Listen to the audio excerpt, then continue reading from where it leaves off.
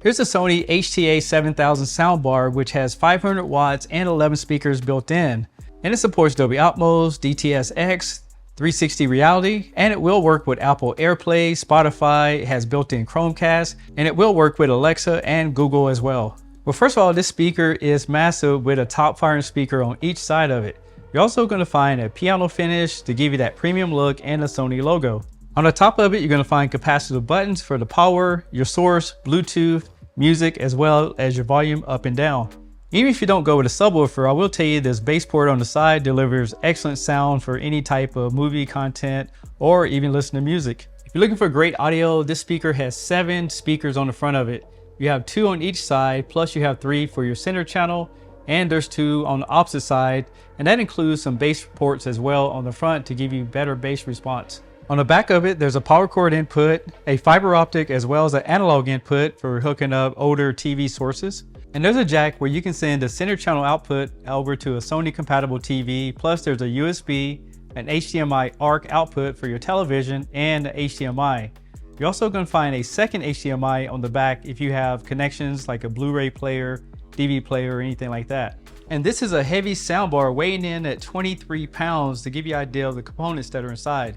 Now in the box, it comes with this multi-language instruction book. It's basically going to show you how to set it up.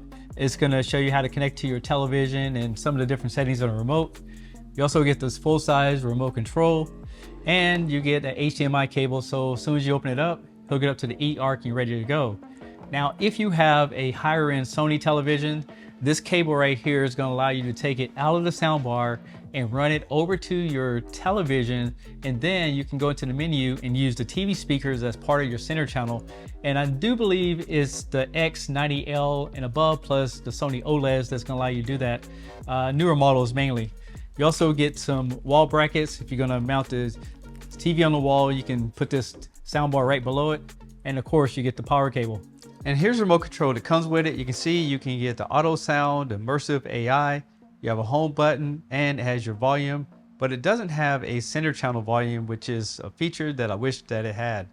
Now, since my entertainment center is not long enough, I couldn't use the outer feet on this television, so I had to use the inner feet, and that's kind of not ideal for the soundbar because it will not fit in between. So here's my solution. I went down to Home Depot, picked up a couple pieces of wood, cut them to fit, and now this wood is flush with the top of the TV, and I have a home for the soundbar. So for my configuration, I'm not going to be using the HDMI inputs. I'll just use the ones on the TV.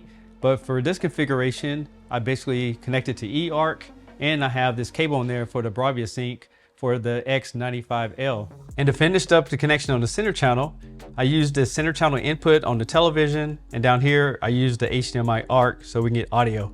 And here it is on top of the TV, and I didn't mount it on the wall because I wanted it to be flush with the television, but you can do that if you decide to buy one. The last thing we'll talk about this soundbar is that it has an infrared sensor on the back of it, so it will transmit any type of signal if you have it in front of your television. And it has this nice display so you can see the different settings according to what you choose on the remote control. Next, we have the SASW5 rear speakers. These speakers have built-in batteries and they have 90 watts of power each. Another feature about these speakers is that they have 3 channels in each of the speaker, and that include a top-loading speaker that gives you that ambient sound when you listen to different sound profiles. On the top of these speakers, you're going to find a power button as well as a optimize button that you can use whenever you're doing setup. And on the bottom of it, you have a power cord input, and there's a link button just in case you have to manually connect it to the soundbar. These speakers are individually powered, and one thing that makes them unique is they have a 10-hour battery built right in just in case you get a power interruption on your rear connections. As far as placement for the speakers, since I have 2 end tables, I put one on one side of the end table and the other on the other side of the end table so I can get that stereo rear effect. And for the last piece of this setup, we have the SASW5. This is a 300 watt subwoofer. It has omnidirectional sound and it has ports at the bottom of it so the sound will disperse throughout your room. The Sony SW5 is only available for wireless connections for Sony systems. Over here we have a power input as well as a link button. And if you go down, there's a power cord input right there so you can power it up. The subwoofer also has a Sony logo on both sides of it so you can put it anywhere in your room beside your entertainment center. And I will tell you that this subwoofer is beefy. It had some really good build quality to it overall.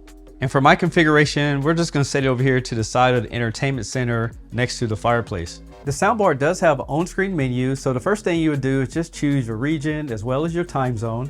Next, the soundbar is gonna send out a signal to all the speakers so it can create a custom profile for your room to get the best sound quality.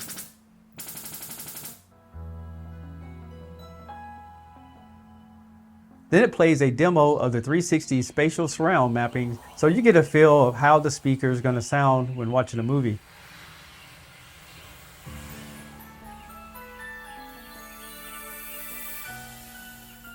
That's an easy setup, but you can go into a more advanced menu if you want to take more control or have to manually set everything up.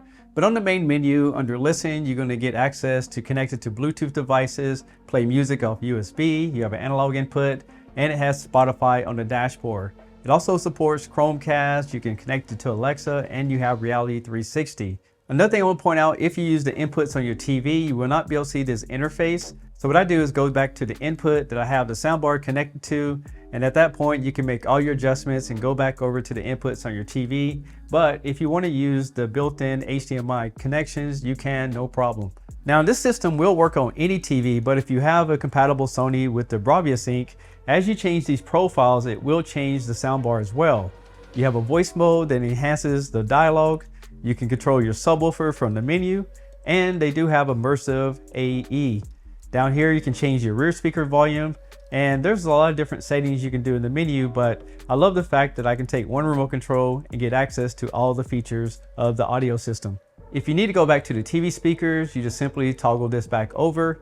But you can see where I have everything synced with the soundbar to give you controls and the best audio experience. Audio quality is the #1 thing when it comes to surround sound. And I will tell you, I've been listening to this after I got it set up, and the back speakers, I feel like this, almost like this halo of sound around me. The vocals are very clear. I can hear sound where there's not speakers, and the bass response is incredible. So if you have headphones on, take a listen and tell me what you think in the comments below. You set the terms, you can change them. All right.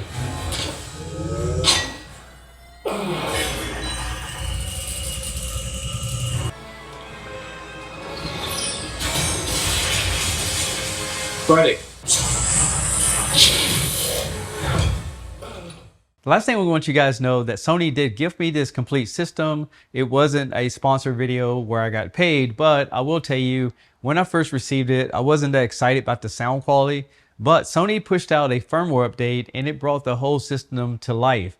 Now, the downsides for it to me that has room for improvement would be add bass and treble control because you don't have any controls of your EQ. Also give it a dedicated center channel volume control. Another thing, maybe it's just me, but I couldn't find it on the Sony Home application, so I couldn't control anything. And that's a feature that you get even on the smaller S2000. So I find that a little interesting that this system does not support the application. With that being said, the surround sound is amazing. In fact, I don't even use the subwoofer because the main soundbar has so much audio quality, so much bass response that I'm fine with it. And because of where I live, I can't have my neighbors knocking on the door every day anyway. But if you live in a house, go with the subwoofer to get the full experience. And they do make different sizes, and I'll leave all of that in the link in the description below. I'm Tech Steve. Thanks a lot for watching. Catch you guys on the next one. Peace.